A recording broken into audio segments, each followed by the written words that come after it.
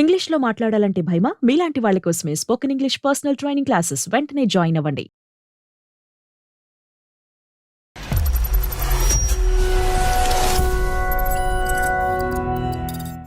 నమస్తే కళ్యాణ్ గారు. నమస్తే జయ గారు. కళ్యాణ్ గారు, చంటి అనే ఒక ఆయన మనకి మెయిల్ చేశాడండి.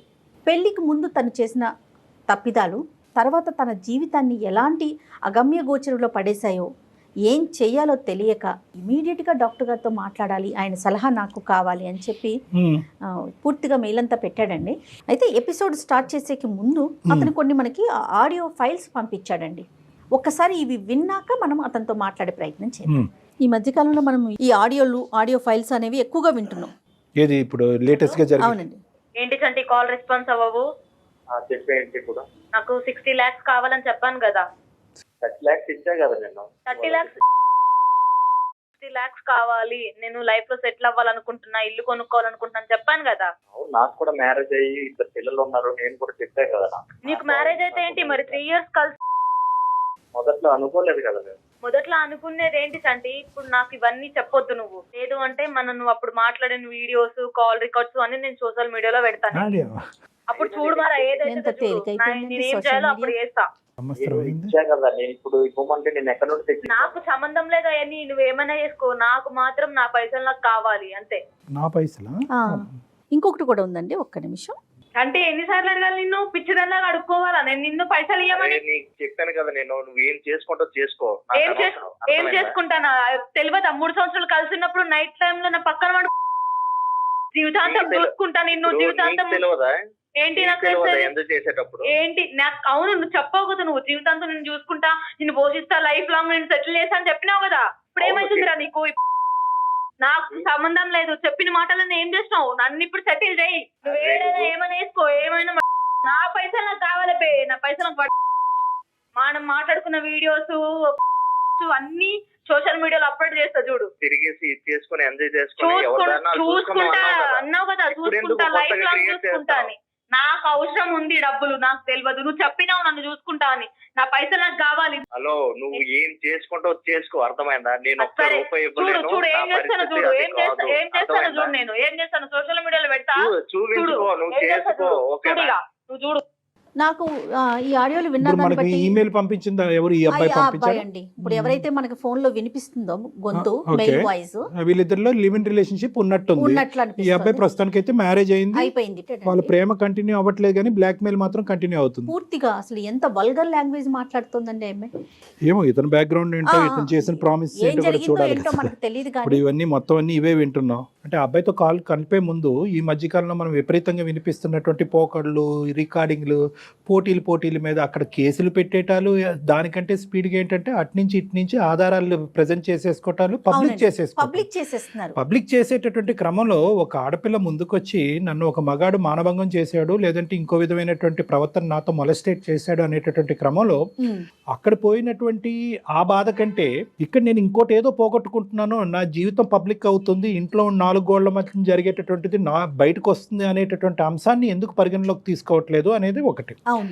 అసలు ఏ బేస్మెంట్ మీద, ఎటువంటి కండిషన్స్ మీద, ఎటువంటి ఆలోచన మీద, ఎటువంటి పునాదుల మీద వీళ్ళ యొక్క ప్రేమాయణం కానీ లివింగ్ రిలేషన్షిప్ కానీ ముందుకు పోయింది అనేది ప్రధానమైనటువంటి అంశం.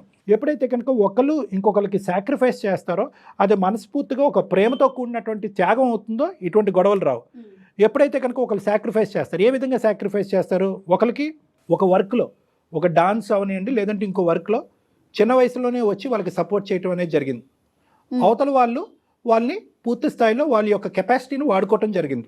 కానీ ఫైనల్గా కట్ చేస్తే ఏంటంటే, ఎప్పుడైతే కనుక ఈ హెల్ప్ చేసినటువంటి వ్యక్తి నాకు నేనుగా నిలబడతాను, నాకు నేనుగా ఎదుగుతాను అనుకున్నప్పుడు, ఎవరైతే కనుక నా కింద పనిచేసి నాకు హెల్ప్ చేసినటువంటి నువ్వు ఎదగటం నాకు ఇష్టం లేదు అనేటప్పుడు ఇలాంటి అభ్యంతరాలు వస్తాయి. ఇంకొక సినారియోలో మనం ఈ మధ్యకాలంలో చూసింది, ఒక వ్యక్తి ఎదుగుదలకి ఇంకొకరు ఫైనాన్షియల్గా కాంట్రిబ్యూట్ చేశాము, నేను ఇంత సపోర్ట్ చేశాను, అంత సపోర్ట్ చేశాను, ఒక సినిమా తీసేటటువంటి పరిస్థితి వరకు తీసుకొచ్చాను అని అంటారు. ఈ సాక్రిఫైస్ అనేటటువంటిది, ఆర్థికపరమైనటువంటి సాక్రిఫైస్ ఈ అమ్మాయి ఆ అబ్బాయికి చేయటం అనేటటువంటిది ఎటువంటి కండిషన్స్ లేకుండా వచ్చినటువంటి డబ్బులు వస్తే వచ్చినాయి, పోయినటువంటి డబ్బులు పోయినా అనేటటువంటి ఆలోచనతో ఉంటే కనుక అది వేరే విషయం. ఇచ్చినందుకు జీవితాంతం ఒక వ్యక్తి నాతో పాటు ఉండాలి, ఈ మన ముడి అనేటటువంటిది ఇలాగే కంటిన్యూ అవ్వాలని ఎప్పుడైతే దాంతో కండిషన్స్ ముడిపడతాయో ఇటువంటి గొడవలు వస్తూ ఉంటాయి. ఎప్పుడైతే కనుక ప్రేమని మనం బిజినెస్ని ఒక వ్యాపారాన్ని డబ్బులు ఇవ్వటాన్ని తీసుకోవటానికి ముడిపెడతామో ఖచ్చితంగా ఇలాంటి ఇలాంటి ఇష్యూస్ మొదలవుతాయి. సో ఇన్ని కండిషన్స్ ఉంటాయి అనమాట. రైట్ అండి, చూద్దాం చంటి ఇష్యూలో అసలు ఎలాంటి కండిషన్స్ తో ముందుకెళ్లారు, ఎందుకు ఇంత ఆడియోల దాకా వచ్చి మీడియా పరంగా నేను బయట పెట్టుకుంటానంటే పబ్లిక్ లో తీసుకెళ్ళమే కదండి. ఇంకొక పాయింట్ కూడా చాలా ఇంపార్టెంట్. ఒకటి పబ్లిసైజ్ చెప్పండి. అవటం అనేది ఒక అంశం. రెండోది ఏంటంటే ఈ వీడియోలు బట్టి లేదంటే ఈ ఆడియో క్లిప్పింగ్స్ బట్టి వాస్తవానికి ఆ ఫోటోగ్రాఫర్లు కానీ వీటి బట్టి ఎటువంటి కన్సెన్స్కి ఎటువంటి కంక్లూజన్కి మనం రాలేం. 100% అండి. మరి చంటికి కాల్ చేస్తానండి, చేయండి. అతని వర్షన్ అసలు ఎలా ఉంది, ఎందుకు ఇక్కడ దాకా వచ్చింది అనేది మాట్లాడదాం. హలో, నమస్తే అండి చంటి గారు, నేను జయానండి, సుమన్ టీవీ నుంచి మాట్లాడుతున్నాను, అందమైన జీవితం ప్రోగ్రామ్ నుంచి. నమస్తే మేడం. చంటి గారు, మీరు పెట్టిన మెయిల్ చూసాము, అలానే మీరు కొన్ని వాయిస్ రికార్డ్స్ కూడా పంపించారు. నాతో పాటు డాక్టర్ కళ్యాణ్ చక్రవర్తి గారు ఉన్నారు, ఇద్దరం కూడా రికార్డ్స్ విన్నామండి. అవును మేడం, పెట్టాను నేను. రైట్. అయితే కళ్యాణ్ గారు ఉన్నారండి స్టూడియోలో. ఒక్కసారి అసలు ఏం జరిగింది, ఈ రికార్డ్స్ దాకా ఎందుకు వచ్చింది మీ ప్రయాణం, ఇప్పుడు ఎలా సాగుతోంది, ఒకసారి మాట్లాడదామండి. నమస్తే చంటి. నమస్తే సార్. ఏం చేస్తూ ఉంటారు మీరు? కంపెనీలో సూపర్వైజర్ గా చేస్తాను. ప్రైవేట్ కంపెనీలో సూపర్వైజర్గా చేస్తున్నారు. పెళ్ళి అయిందా మీకు? పెళ్ళైంది సార్ నాకు. ఒక 2 పిల్లలు సార్ నాకు. పెళ్ళి అయింది, 2 పిల్లలు. ఎంతకాలం అయింది మీ మ్యారేజ్ అయ్యి?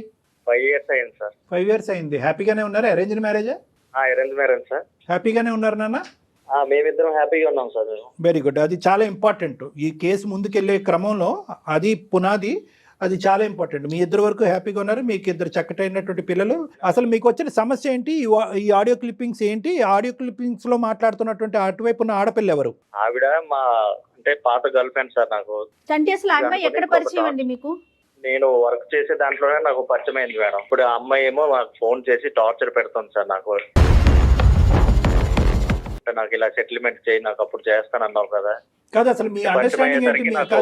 కాదు చంటి, మీ అండర్స్టాండింగ్ ఏంటి? మీరు మొదటి నుంచే ఒక ఫ్రెండ్స్ ఇన్ బెనిఫిట్ లాగా అంటే ఏదో అంటున్నారు కదా ఈ మధ్యకాలం, సరదాగా ఉందాము, 3 సంవత్సరాలు 2 సంవత్సరాలు ఉందాం, తర్వాత నీ దారి నా దారి అనుకునే బ్యాచా, లేదంటే ప్రేమించుకుని పెళ్లి వరకు తీసుకెళ్లే బ్యాచా?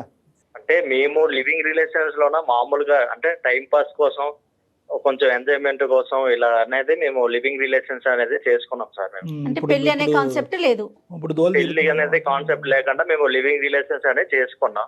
కానీ ఇప్పుడు ఆ అమ్మాయి ఆ వంకతో అడ్డు పెట్టి ఇప్పుడు నాకు అంటే బ్లాక్ మెయిల్ చేస్తుంది సార్ నాకు. అంటే మా సరదాలు మా కోసం అనుకుని మేము ఒక ఎంటర్టైన్మెంట్ కోసం అనేది మేము మూవ్ అయ్యాం సార్. అందులో పెళ్లి అనే ప్రస్తావన ఎప్పుడన్నా వచ్చిందా? మనం ఎప్పుడన్నా పెళ్లి చేసుకుందాం అని చెప్పి ముందు పెళ్లి అనేది కాన్సెప్ట్ ఎప్పుడు రాలేదు సార్.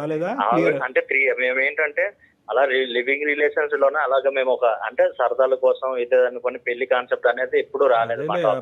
సరదాలు ఈ రోజు ఎప్పుడైనా 3 years లోనే ఎవరి లైఫ్ వాళ్ళు చూసుకోవాలి, ఒక ఎంజాయ్మెంట్ ఒక ఎంటర్టైన్మెంట్ అనేది. సరే, ఎక్కడ నీ సైడ్ నుంచి అయితే మాత్రం ప్రామిస్ రాలే ఆ అమ్మాయికి, మన పెళ్లి నీ సైడ్ నుంచి రాలేదు, మనం పెళ్లి చేసుకుందామా ఫ్యూచర్ లో అనే మాట ఆ అమ్మాయి సైడ్ నుంచి కూడా రాలే?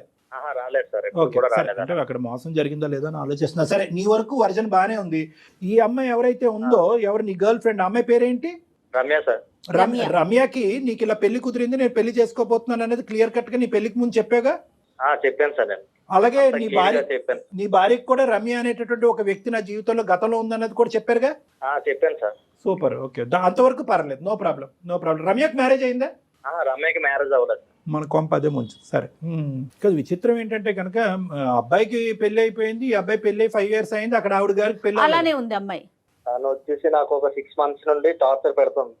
ఈ అమ్మాయి ఒక 6 నెలల నుంచి ఇప్పుడు తెర మీదకి వచ్చింది. ఈ మధ్యలో ఎక్కడ కూడా మీకు కాంటాక్ట్ లేదు కదా? ఈ 5 years లో ఒక మెసేజ్ కానీ నువ్వు ఎలా ఉన్నావురా, నువ్వు తింటున్నావు, పడుకుంటున్నావు, ఏది లేదు. ఆ అమ్మాయి ఫోన్ చేసి ఫస్ట్ మీటింగ్ లో ఏమని, అంటే నాకు ఇల్లు కావాలి, నాకు లైఫ్ లో సెటిల్ చేయాలి, అమౌంట్ కావాలి అడుగుతాను సార్ నాకు. ఇప్పుడు అసలు ఆ అమ్మాయి మళ్ళీ ఎందుకు బెదిరిస్తోంది? కేవలం తను ఏదో సెటిల్ అవ్వాలి అంతే, అంటే కమిట్మెంట్ ఏదో ఇచ్చారంటోంది కదా, నిజంగా మీరు ఆ విషయం మాట్లాడుకున్నారా? అంటే ఆ విషయం మాట్లాడుకున్నాం మేడం మేము, ఒక కమిట్మెంట్ అనేది. అంటే ఏం మాట్లాడారు మీరు? తన లైఫ్ లోన తనకి ఏమైనా కావాలి ఇదే అని అనుకుని, అంటే లగ్జరీ లైఫ్ కావాలి, తన లైఫ్ లో సెటిల్ అవ్వాలి అనుకుని మళ్ళీ నాకు డిస్టర్బ్ చేయడం అనేది స్టార్ట్ చేసింది సార్ నాకు. అంటే ఈ అమ్మాయి మొదటి నుంచి కొద్దిగా అవసరాలకి సుఖాలకి ఎడిక్టా? అంటే లగ్జరియస్ లైఫ్ అని మీరు అన్నారు, మొదటి నుంచి ఈ అమ్మాయికి డబ్బులు ఇటువంటి వ్యసనం ఉందా? అప్పుడు బాగా ఖర్చు పెట్టేవాడు ఈ అమ్మాయి మీద? మొదటి నుండి ఉండేది సార్. అడిగావా మరి? ఫోన్ కాల్ చేసినప్పుడు ఏం మహాతల్లి ఇప్పటికైనా పెళ్లి చేసుకోవచ్చు కదా, ఇంకా ఎందుకు పెళ్లి చేసుకోలేదు అని అడిగావా? అది అడిగాను సార్ నేను.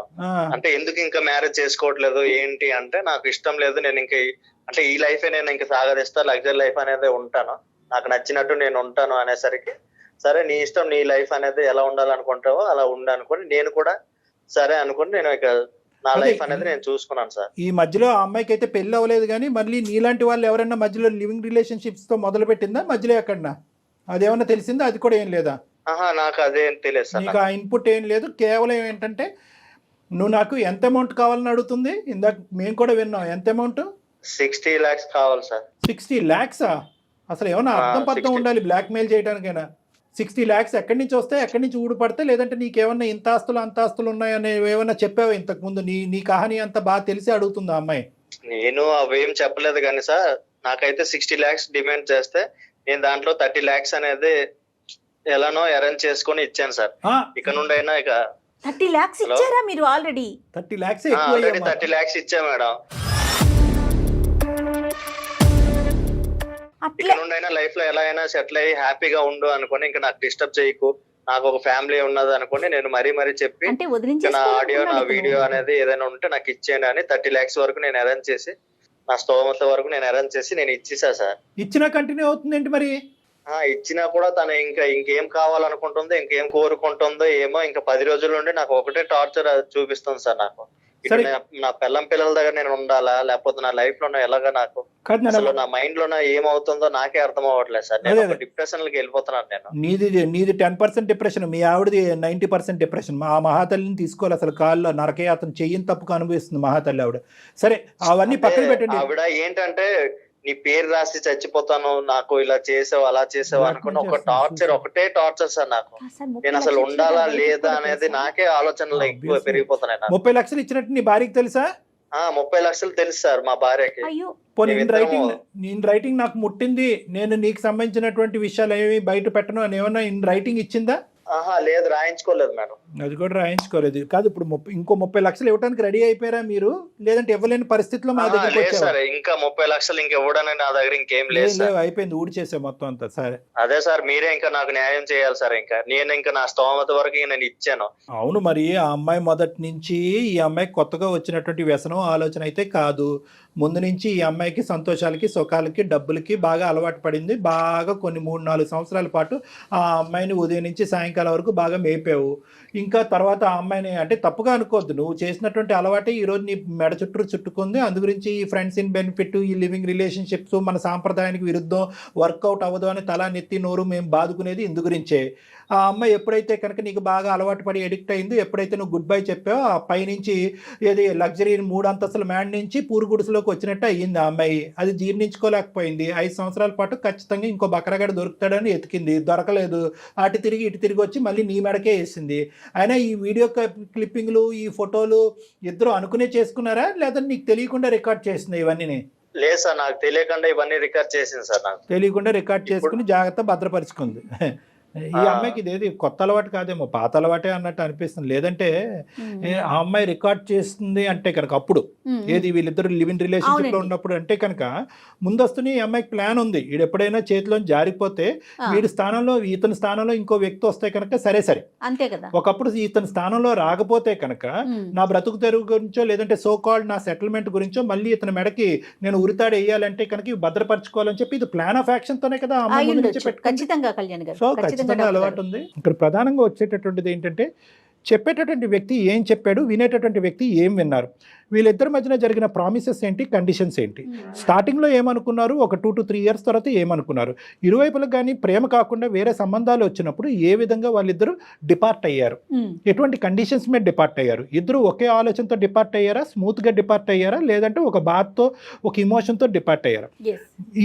ఈ తర్వాత ఇంకొక అంశం ఏంటంటే ఆ ప్రేమించుకుని ప్రయాణం చేసేటటువంటి ఆ క్రమంలో ఇది కేవలం ఇన్ఫాక్చుయేషన్ అండ్ ఫిజికల్ అట్రాక్షన్ మాత్రమేనా, లేదంటే ఇది ఇమోషనల్ బాండా, ఇది ఒక అగ్రిమెంట్, ఒక బిజినెస్ పరమైనటువంటి కాంట్రాక్టా, లేదంటే ఒక అనుబంధమా, ఇలాంటివి లేకుండా ఏదో సూపర్ఫిషియల్గా తూతూ మంత్రం అనుకుంటూ వెళ్ళిపోయి ఆ తర్వాత వీళ్ళిద్దరి వ్యక్తిత్వాలు ఎప్పుడైతే మిస్ మ్యాచ్ అవుతాయో ఈరోజు చంటికి ఈ అమ్మాయికి జరిగినటువంటి గొడవలు జరుగుతాయి. మన టీవీల్లోని యూట్యూబుల్లోని చూసేటటువంటి ఈ మధ్యకాలంలో అతను ఇలా చేశాడు కాబట్టి నేను బయటకు వచ్చాను అని చెప్పి 6 సంవత్సరాల తర్వాత ఒక అమ్మాయి రావటము, ఇంకోటి ఏదో జరిగిందని చెప్పి ఇంకో అమ్మాయి రావటము, ఈ విధంగా ఎందుకు వస్తున్నారు అంటే కనుక ఈ వ్యక్తిత్వాల మధ్యన మిస్ మ్యాచ్, ప్రధానంగా స్టార్టింగ్ ప్రేమించుకునేటటువంటి క్రమంలో ఆలోచన లేకపోవటం, లోతుగా విశ్లేషణ లేకపోవటం, దీర్ఘకాలికంగా అంశాన్ని చూడలేకపోవటం, విడిపోయేటప్పుడు ఏ పద్ధతిలో విడిపోయారని అనుకోవటం, అదొకటి. ఇందాక వ్యక్తిత్వాలు మిస్ మ్యాచ్ అని ఎందుకన్నాను అంటే కనుక వీళ్ళు ఉండేటటువంటి ఇద్దరు వ్యక్తులు ఈ జరిగినటువంటి ప్రయాణాన్ని ఏ విధంగా చూస్తున్నారు?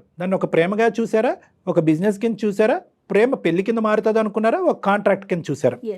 అందులో ఏంటంటే మళ్ళీ మిస్ మ్యాచ్ ఎప్పుడు వస్తుంది అంటే కనుక ఒక ఎదుగుదలకి ఇంకొకళ్ళు ఎదుగుదలకి బాగోకి ప్రోత్సహించేటటువంటి విధంగా వాళ్ళ యొక్క ప్రేమాయణం ఉంటే కనుక ఈ గొడవ రాదమ్మా. అవునండి.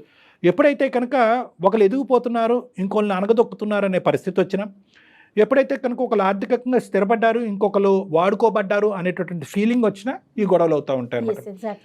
ఆ అమ్మాయి ఇప్పుడు మరి మీరు ఫోన్ కలిపితే మాట్లాడుతుందా? మాట్లాడుతుంది సార్. మాట్లాడుతుంది. ఓకే. ఏంటి అతను చంటి ఏం ఎక్స్పెక్ట్ చేస్తున్నాడు? Point to be noted. ఏం ఎక్స్పెక్ట్ చేస్తున్నారు మీరు? అంటే మీ నుండి ఏదైనా నాకు న్యాయం కలగాలని నేను నా భార్య ఇద్దరం వల్ల కోరుకుంటున్నాం సార్. న్యాయం అంటే ఏంటండి? ఇప్పుడు ఆ అమ్మాయి మిగతా 30 లక్షలు అడుగుతుంది. ఆ 30 లక్షలు కూడా ఇచ్చేస్తే ముందు 30, ఇప్పుడు ఒక 30, 60 లక్షలు ఇంకా రామ్ నీ జోలికి రాను అని చెప్తుంది. మరి దానికి మీరు రెడీనా? లేదు మేడం, నా వల్ల అయితే కాదు మేడం. లేకపోతే నేను ఇంకా చచ్చిపోతానే గానీ నా వల్ల అయితే ఇంకా లేదు మేడం. ఉన్న స్తోమతాల్లో నేను ఇచ్చేసా. ఇంకా నా వల్ల అయితే ఇంకా అవ్వదు మేడం. రమ్యకి మీరు కాల్ కనెక్ట్ చేయండి. కనెక్ట్ చేసి మీరు మాట్లాడాక ఇట్లా మాకు అందమైన జీవితం ప్రోగ్రామ్ దాకా నేను వచ్చాను, ఇట్లా డాక్టర్ గారు ఉన్నారనే విషయం చెప్పండి. आपका कॉल होल्ड पर है, लाइन पर बने रहें या कुछ देर बाद कोशिश करें. హలో, ఏంటి సంటి పిచ్చిదానిలో అడుక్కోవాలని నిన్ను పైసలు ఇవ్వమని ఏం నాటకాలు పడుతున్నావా? నీకు చెప్పాను నా వల్ల ఫోన్ చేయాలి, ఎన్నిసార్లు మెసేజ్ చేయాలి? ఏంటి నువ్వు చెప్పేది? ఆల్రెడీ నేను 30 లక్షలు ఇచ్చాను కదా.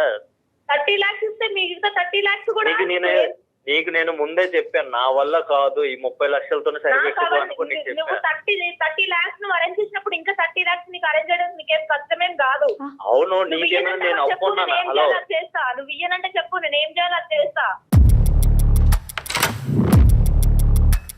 నీకు నేనేమైనా అప్పున్నానా? లేకపోతే నువ్వు నాకేమైనా చెప్పావు కదా 3 years మన రిలేషన్షిప్ లో ఉన్నప్పుడు ఏం చెప్పావు? నైట్ టైమ్ లో నా పక్కన వండుకొని నిన్ను సెటిల్ చేసే బాధ్యత నాది, లైఫ్ లాంగ్ నేను చేసుకుంటా అని చెప్పావు కదా. ఇప్పుడు ఏమైంది నీకు?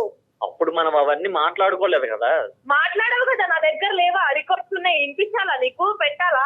నీకు ఆల్రెడీ 30 lakhs ఇచ్చేటప్పుడే కదా నువ్వు నాకు అన్ని ఇచ్చేసావు కదా, చెప్పావు కదా ఆ రోజు. చెప్పాను కూడా, ఇచ్చినప్పుడు ఏం చెప్పాను? సగమే ఇచ్చాను, నువ్వు అమౌంట్ సగమే ఇచ్చావు కాబట్టి మిగతా అమౌంట్ సగం ఇచ్చేసి ఉన్నాయి నా దగ్గర. ఇంకా నీకు ఫార్వర్డ్ చేసింది నేను సగమే, ఇంకా సగం ఉన్నాయి నా దగ్గర. నువ్వు ఆ 30 lakhs ఇస్తే మిగతాయి నేను అప్పుడు తీసేస్తా. ఇవి ఇప్పుడు నేను ఒక్కనేనా లేకపోతే ఇంకెంతమందికైనా అలాగా బ్లాక్ మెయిల్ చేసుకుని ఇలాగా ఆటలాడిస్తున్నావా? ఏమనుకుంటున్నావు నా గురించి? ఇన్ని రోజులు నేను నీతోనే ఉన్నా, 3 years నీతో కలిసిన తర్వాత నేను మళ్ళీ ఎవరితో మాట్లాడలేదు, ఎవరితో రిలేషన్షిప్ లో పెట్టుకోలేదు. అనుకుంటున్నావా నీ ఇష్టం వచ్చినట్టు మాట్లాడితే పడతా అనుకుంటున్నావా నువ్వు? చూడు మళ్ళా ఏం చేశాను, సోషల్ మీడియాలో పెడతా, అన్ని టీవీలో ఛానల్స్ లో పెడతా. చూడు మళ్ళా నేను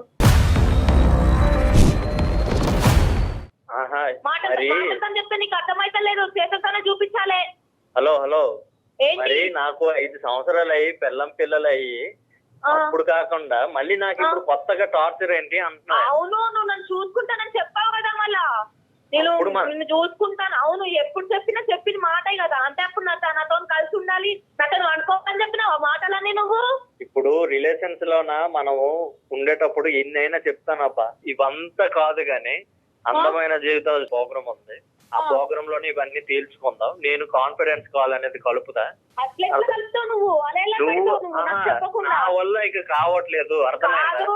ఇవన్నీ నాకు చెప్పకు. నాతో కలిసినప్పుడు వాళ్ళు చెప్తే లేదు, ఇంకా నా వల్ల కాదు. ఒక్కసారి లైన్ లో కలుపుతాను, ఆ మేడం కి సార్కి మాట్లాడు.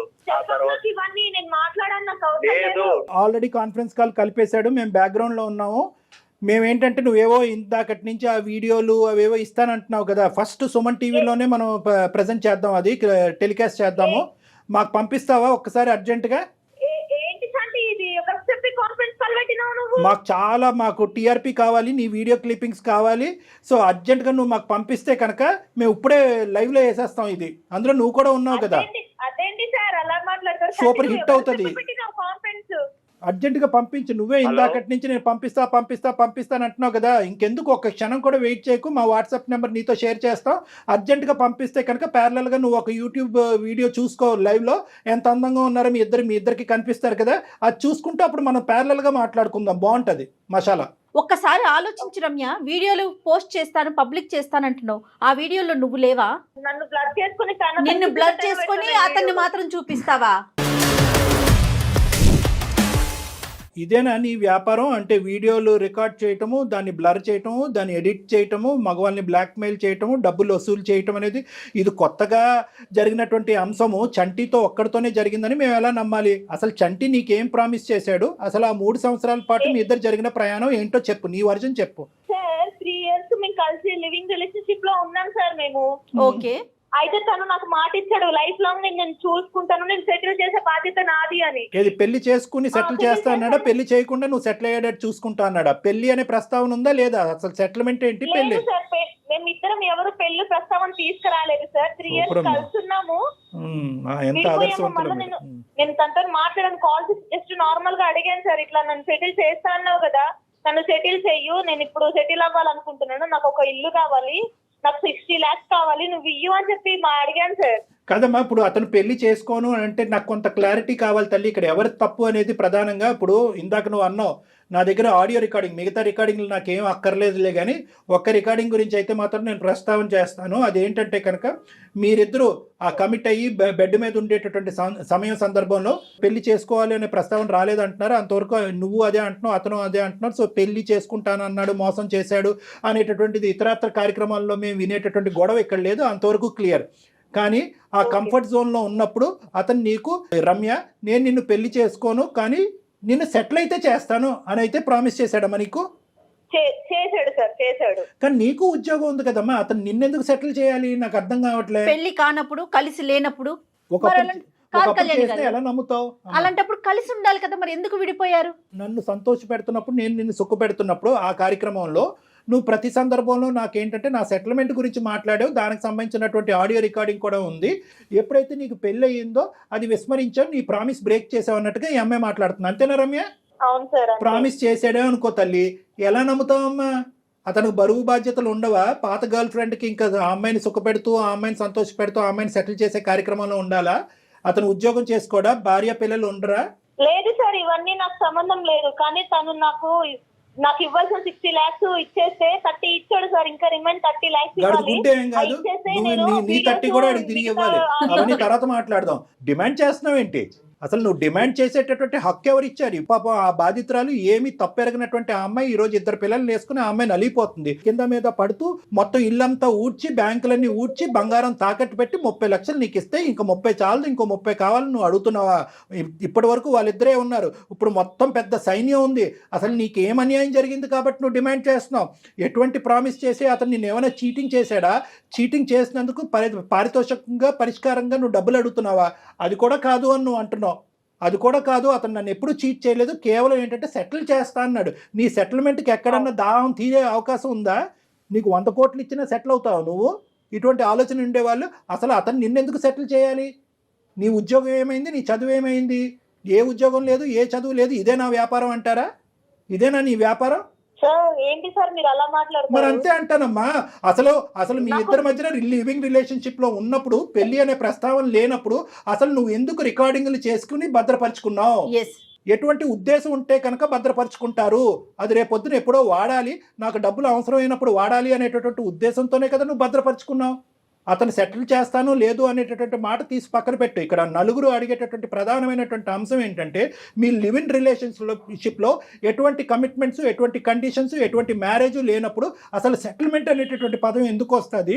నువ్వు ఎందుకు ఈ రికార్డింగ్స్ తీసుకుని, పదే రికార్డింగ్స్ తీసుకుని భద్రపరుచుకున్నావు? సార్ తన జీవితమే అంతే సార్, తను ఇలాగే ట్రాప్ చేసుకుని ఇలాగే ఇది చేసుకుంటుంటా సార్. మరి అది తెలిసినప్పుడు నువ్వు ఎందుకయ్యా పెద్ద గొప్ప? తను అంతే సార్. తను చంటి ఇష్టం వచ్చేది మాట్లాడితే నేను చూస్తున్నారు కదా సార్. ఊరుకుంటాను అనుకుంటున్నావా ఏంటి? అమ్మ ఒక్కటి ఇక్కడ రమ్య జాగ్రత్తగా ఆలోచించు. ఇక్కడ మీ ఇద్దరి మధ్యన ఎటువంటి కమిట్మెంట్ లేదు. ఒక సంతోషాలు సుఖాలకు పోయి పెద్దలకు తెలియకుండా ఒక పచ్చి చండాలమైనటువంటి పని చేశారు. ఇటువంటి పనులు చేసే వాళ్ళందరికీ కూడా నేను ఇదే చెప్తాను. ఎందుకంటే అంత సానుకూలంగా సాఫీగా జరిగినంత కాలం ఏమీ ఉండదు. ఇది వెనుదిరిగి అందులో ఒక వ్యక్తిత్వం మనకి వెనకాత నుంచి వెన్నుపోటు పొట్టించేటటువంటి ప్రయత్నం జరిగితే కనుక అంతా కూడా బజారిపోతుంది. అదే జరుగుతుంది ఇక్కడ. నేను ఒకటే చెప్తున్నాను రమ్య, ఇక్కడ ఎటువంటి కండిషన్స్ లేవు, ఎటువంటి వాగ్దానం లేవు, ఎటువంటి ప్రామిసెస్ లేవు. నువ్వేంటంటే కనుక ఇతను మంచితనాన్ని అవనియండి, ఇతను అమాయకత్వాన్ని అవనియండి, అప్పుడు వాడుకున్నావు, మళ్ళీ వాడుకోవాలని చెప్పి 5 years తర్వాత వచ్చావు. జాగ్రత్తగా గుర్తుపెట్టుకో, ఇదేదో మీ ఇద్దరి మధ్యన నలిగేటటువంటి అంశం కాదు. ఈరోజు ఇది మా వరకు వచ్చింది. నీకు చాలా కౌన్సిలింగ్ అనేటటువంటిది అవసరం. నువ్వు ఇప్పుడే ఫస్ట్ టైం పక్కదోవ పడుతున్నావు, ఇంతకు ముందు కూడా పక్కదోవ పట్టావు అనేది మాకు తెలియదు. ఇది మీ తల్లిదండ్రులకి తెలుసా లేదంటే మీ బంధువులకి తెలుసా అనేటటువంటిది నాకు అర్థం కావట్లేదు. ఒక ఆలోచన లేకుండా నువ్వు ప్రవర్తిస్తున్నావు. నీకు ఇంకా పెళ్ళి అవ్వలేదంట, ఇంకా నువ్వు ఎందుకు పెళ్లి చేసుకోలేదు? ఎందుకంటే ఒకప్పుడు పెళ్లి చేసుకుంటే కనుక ఇటువంటి వ్యాపారం కంటిన్యూ అవడానికి అవకాశం లేదు అనే ఉద్దేశంతో పెళ్లి చేసుకోవట్లేదా? ఇక్కడ చాలా అంశాలు ఉన్నాయి. మేమేమి ఇది అంత తేలిగ్గా ఉంచాం. ఎందుకంటే పబ్లిక్ చేస్తాను అని అంటున్నావు కదా. చెయ్యి, నువ్వు చెయ్యి, వీడియో పబ్లిక్ చెయ్యి, ఒక్క వీడియో పబ్లిక్ చెయ్యి. నేను ఛాలెంజ్ చేస్తున్నాను నీకు. మీ ఇద్దరు కలిసి ఉన్నటువంటి ఒక్క వీడియో పబ్లిక్ చెయ్యి. ఏ ఆడపిల్లకి అంత దమ్ము ధైర్యం ఉంటుందో చూద్దాం. అతనికి ఏమమ్మా, అతని భార్యకి చెప్పుకున్నాడు ఆల్రెడీ. అతనికి ఏం సమస్య లేదు, వాళ్ళకి ఏం సమస్య లేదు. నువ్వు పెట్టాలి అనుకుంటే పెట్టు, నువ్వు బ్లర్ చేసి పెట్టాలనుకుంటే అది కూడా పెట్టు. నిజంగా అటువంటి ఆడపిల్లవా నువ్వు? దీని గురించి ఇటువంటి వ్యాపారాలు చెయ్యమ్మా అని చెప్పి నీ తల్లిదండ్రులు నిన్ను చదివించారా? నీ బుద్ధి గడ్డి తిందా? పిలుద్దామా లైవ్ లో? ఈ కాన్ఫరెన్స్ కాల్ లో మీ తల్లిదండ్రులు లైవ్ లో ఇప్పుడే మీ తల్లిదండ్రులు కలుపుతాను. వాళ్ళకి మించినటువంటి సైకాలజిస్టులు, వాళ్ళకి మించినటువంటి పోలీసు ఎవరు లేరు. వాళ్ళ పెంపకం ఇలా తగలడిందని చెప్పి ఏ తల్లిదండ్రులు కూడా ఆలోచించి ఉండరు. రమ్య, పిలుద్దామా మరి మీ పేరెంట్స్ ని? ఫస్ట్ ఆ లివ్ ఇన్ రిలేషన్షిప్ గురించి తెలుస్తుంది. తర్వాత 5 సంవత్సరాల తర్వాత నువ్వు ఎందుకు పెళ్లి చేసుకోలేదు అనేది అంశం కూడా మాకు వాళ్ళ ద్వారా తెలుస్తుంది. ఇప్పుడు మళ్ళీ ఇంకో జీవితంలోకి వెళ్ళి ఎందుకు వాళ్ళ జీవితాన్ని సర్వనాశనం చేస్తాం అనే అంశం కూడా వాళ్ళ నోటు బట్టి మనం విందాం ఒకసారి. అసలు నీ గుట్టేంటో అక్కడ తేలుతుంది. లేదా అవన్నీ వాళ్ళు కూడా వద్దు, వీడియోలు అదే విధంగా పంచుతానంటే కనుక ఇంకొక సెకండ్ కూడా వెయిట్ చేయకుండా నేను నీకు ఛాలెంజ్ ఇస్తున్నాను. వీడియోస్, ఆడియో క్లిప్పింగ్స్ మొత్తం నీ దగ్గర ఏదన్నా ఉంటే కనుక ఇప్పుడే లైవ్ లో చూపెడదాం. ఇదే షోలో ఇక్కడే లైవ్ లో చూపెడదాం. We are ready. Are you ready? Sir వద్దు సార్. తను అంటే సార్ నేను కొంచెం కష్టాల్లో ఉండి తన అంటే ఇవన్నీ ఉన్నాయి, తనకి కాల్ చేసి బ్లాక్ మెయిల్ చేద్దాము, ఇట్లా డిమాండ్ చేద్దాం సార్. నేను రమ్య, తలెత్తి నీ మీద నువ్వే ఊసుకున్నట్టుందమ్మా. ఈ మాట అనకూడదేమో గానీ ఆ వీడియోలో నువ్వు ఉన్నావు కదా, సిగ్గు లేదు? కాదు రమ్య, మీరు చేసిందే వెదవ పని. అది అయిపోయి అతని జీవితం అతను చూసుకుంటుండగా నువ్వు మళ్ళీ ఇప్పుడు తెర మీదకి వచ్చి ఒక 30 లక్షలు తీసుకున్నది కాకుండా ఇంకా మళ్ళీ పైపెచ్చి బెదిరిస్తున్నావా? అంటే ఏం లేదు రమ్య, నువ్వేమనుకున్నావు అంటే కనుక అసలు ఫస్ట్ ఆఫ్ ఆల్ ఈ 30 లక్షలు అనేటటువంటి థ్రెట్ కి భయం పెట్టినప్పుడే అతను ఈ బొట్లో పడతాడని నువ్వు అనుకోలే. ఇతను ఏంటంటే పిచ్చోడు. ఇతనిలాగే ఏంటంటే ఆ భార్య కూడా పరువు ప్రతిష్ఠ గురించి ఆలోచించేటటువంటి అమాయకమైనటువంటి బ్రతుకులు కాబట్టి ఏమో ఈ అమ్మాయి ఎంత రాటు తేలిందో, ఎంత నాటైనటువంటి అమ్మాయి అనేటువంటి భయంతో 30 లక్షలు కాస్త అప్పచెప్పిన తర్వాత ఇదేంట్రా బాబు ఒక 5 కాల్స్కే 30 లక్షలు వచ్చినాయి, ఇంకో 5 కాల్స్ మాట్లాడితే ఇంకో 30 లక్షలు వస్తాయనేటటువంటి ఆలోచనతో నీ ఆశ దురాశ వరకు వెళ్ళింది. నీ మూర్ఖత్వం కాస్త ఒక శాడిజం లెక్కలోకి వెళ్ళింది. సో నేను అనేది ఏంటంటే ఇప్పటికైనా కూడా కేవలం మేం బహిర్గతం చేస్తాం, ఆ వీడియోలో నువ్వు కూడా కనిపిస్తావు అనేటటువంటి ఆలోచనతో వచ్చినటువంటి మార్పా, లేదంటే తల్లిదండ్రులకు పిలిపించి ఇక్కడ కూర్చోబెట్టి పంచాయతీ చేస్తాము అనేటటువంటి ఆలోచనతో వచ్చిన మార్పా, లేదా అసలు సిసలైనటువంటి మానవత్వంతో కూడినటువంటి మార్పా? ఇది చాలా ఇంపార్టెంట్. కేవలం మేము థ్రెట్ చేసి భయపెట్టడం వల్ల వచ్చేటటువంటి మార్పు ఏం చేస్తుందంటే కనుక ఇంకో లివింగ్ రిలేషన్షిప్లోకి వెళ్ళి మళ్ళీ వాడిని బక్రా చేసి మళ్ళీ వాడికి మెడ చుట్టూ ఉరితాడు బిగించడం అవుతుంది. ఇది నిజమైనటువంటి మార్పా కాదా? ఇది కూడా నేను తెలుసుకోవాలనుకుంటున్నాను కాబట్టి నేను నిన్ను కలవాలనుకుంటున్నాను. నేను కలిసి నీతో చాలా క్షుణ్ణంగా మాట్లాడాలి. ఎందుకు మాట్లాడాలి అంటే కనుక 2 అంశాలు. ఒకటి, ఈ అంశం ఇక్కడితో ఆగదు. నువ్వు ఈ అబ్బాయిని వదిలినా వదలకపోయినా నేనైతే మాత్రం ఖచ్చితంగా మీ తల్లిదండ్రులతో మాట్లాడాలి. ఎందుకు మీ ఆడపిల్లలో ప్రవర్తిస్తుంది అనేటటువంటి అంశాన్ని నేను తెలుసుకోవాలి. నా భార్య అర్థం చేసుకుంది కాబట్టి ఇంతవరకు వచ్చింది సార్ నాకు. లేకుంటే నా భార్య పిల్లలు నేను ఏమైపోయేవాళ్ళం సార్. నేను ఏమయ్యా, నువ్వు నిజంగా అంత బుద్ధిమంతుడు, అంత ఆలోచన శైలితో కూడినటువంటి వాడు అయితే కనుక అసలు ఒక ఆడపిల్ల తల్లిదండ్రులకు తెలియకుండా సమాజంలో ఒకే సంస్థలో పనిచేస్తున్నారంటే ఆ సంస్థలో కూర్చోండి, మాట్లాడుకోండి, ఫ్రెండ్లీగా ఉండండి. బయట రూమ్ తీసుకుని మీరు లివింగ్ రిలేషన్షిప్స్ మెయింటైన్ చేసి అటువైపు అమ్మాయికైనా అబ్బాయికైనా నేను చెప్తున్నాను, అవతల ఉండేటటువంటి వాళ్ళు ఈ లివింగ్ రిలేషన్షిప్ కరెక్ట్గా మీరు ఎక్కడైతే కట్ చేస్తారో అక్కడే కట్ చేస్తారని మీరు ఎలా గ్యారంటీ ఇవ్వగలరయ్యా? 3 సంవత్సరాల పాటు కలిసి ప్రయాణం చేసినప్పుడు అవతల వాళ్ళకి వీళ్ళ మీద ఒక ఆశ, యువతల వాళ్ళకి అవతల వాళ్ళ మీద ఒక ఎక్స్పెక్టేషన్ అనేటటువంటిది అవుతుందా లేదా? ఒక సన్నపాటు ఒక దారం అనేది ఉంటుంది. ఈరోజు నా ఆవిడ దేవత కాబట్టి అంటున్నావు, మీ ఆవిడ రాక్షసి అయితే ఒంగోబెట్టి ఈ మీద 4 గుద్దుండేది. నిజంగా ఈ అమ్మాయికి ఏంటంటే బహిర్గతం చేసేటటువంటి ఆలోచన లేదు కాబట్టి 10 సార్లు ఫోన్ చేసి నేను పెట్టేస్తా అంటుంది. ఇంకో అమ్మాయి అయితే కనుక ఈ మధ్యకాలంలో టీవీల్లోని వీడియోల్లోని పదే చూస్తున్నాం కదా ఛానల్స్లో, వెళ్ళి పెట్టేస్తున్నారు ఏకంగా. ఏమి ఇలా బ్లాక్మెయిల్ చేయట్లే, పెట్టేస్తున్నారు అన్నీ కూడా. అలా పెట్టేసి ఉంటే ఏమై ఉండేది? నువ్వు కాదు, మీ ఆవిడ ఊరేసుకుని చనిపోయి ఉండేది, మీ పిల్లలు అనాథలు అయ్యి ఉండేవారు. బుద్ధి ఎప్పుడు రావాలి అంటే కనుక ఇప్పుడు వచ్చేటటువంటి బుద్ధి కాదు. ఎప్పుడైతే కనుక నువ్వు రమ్య ఒక కథను మొదలు పెట్టారు చూడు, ఆ అమ్మాయి వాళ్ళ తల్లిదండ్రులకు తెలియకుండా, సమాజానికి తెలియకుండా మీరు భార్యాభర్తల్లాగా వ్యవహరిస్తూ ఒక లివింగ్ రిలేషన్షిప్ అనే ఒక గాడిద గుడ్డు ప్రయాణం మొదలు పెట్టారు చూడు, అప్పుడు మీ అందరికీ బుద్ధి ఉండాలి. దయచేసి ఇమీడియట్గా 30 లక్షలు ఎటు పోలేదు, నువ్వు ఆల్రెడీ తీసుకున్న 30 లక్షలు ఎటు పోలేదు అని అంటున్నావు కదా, ఈ నెక్స్ట్ 1 అవర్లోనే అతనికి ఆర్టీజీఎస్ కానీ ట్రాన్స్ఫర్ కానీ చెక్ కానీ ఏదో ఒకటి ఇవ్వాలి. అది కూడా మేము మానిటర్ చేస్తాము. ఏదో ఇక్కడ తూతూ మంత్రంగా ఈ 2 కాల్స్ మాట్లాడేసి 35 లక్షలతో నువ్వు పటాయిస్తే కనుక మేము ఊరుకునేది లేదు. ఎందుకంటే మొత్తం నీ సిస్టమ్ అంతా కూడా మేము ట్రాక్ చేస్తాం. నువ్వు ఎక్కడ పోతున్నావు పోలీస్ కంప్లైంట్ కూడా ఇవ్వడానికి మేము వెనకాడం. సో ఇమీడియట్గా 30 lakhs వెనక్కి ఇచ్చేసి అతని నెంబర్ నువ్వు బ్లాక్ చేయి, నీ నెంబర్ అతను బ్లాక్ చేస్తారు. మీ ఇద్దరి మధ్య ఎటువంటి కాంటాక్ట్ ఫ్యూచర్లో ఉండటానికి లేదు. మీరు డెఫినెట్ గా డాక్టర్ గారిని కలవాల్సిందేనండి. నేను ఈ ఎపిసోడ్ అయిపోయినాక మీకు కాల్ బ్యాక్ చేస్తాను. బాబు నువ్వు కూడా రా అయ్యా, ఒకసారి వచ్చి నువ్వు కూడా నాతో కలువు. కలిసి రామాకండి అయ్యా, ఇద్దరు విడివిడిగా రండి. నువ్వు కూడా విడిగా రా, నేను నీతో కూడా మాట్లాడాలి. మళ్ళీ ఓకేనా? అదొక దరిద్రం.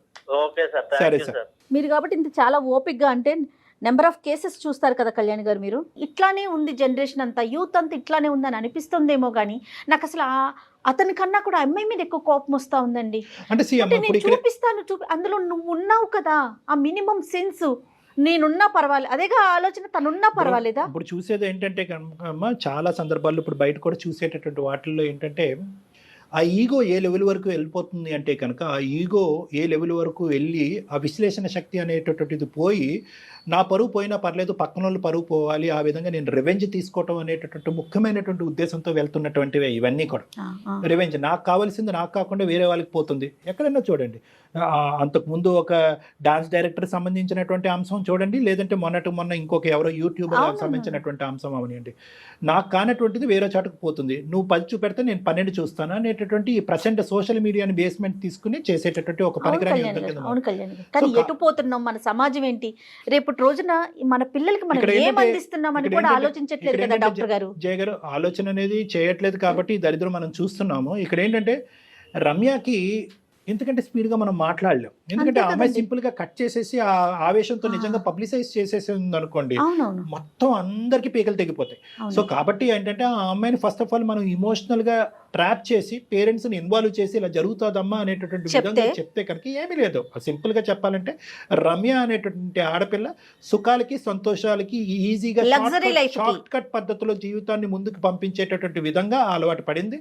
ఆ అలవాటు నుంచి ఆ అమ్మాయికి, ఆ ఎడిక్షన్ నుంచి ఆ అమ్మాయికి విముక్తి కలిగిస్తేనే ఈ సమస్యకి పూర్తి స్థాయి పరిష్కారం ఉంటుంది. లేదంటే చాలా మంది ఈ ఉచ్చులో చిక్కుకోవడానికి అవకాశం ఉంటుంది. రైట్ కళ్యాణ్ గారు, మాట్లాడదామండి. అమ్మాయితో మీరైతే పర్సనల్గా మాట్లాడాల్సిన అవసరం 100% ఉంది. ఆ అమ్మాయితోనే కాదండి, చంటితో కూడా మాట్లాడాలి డాక్టర్ గారు.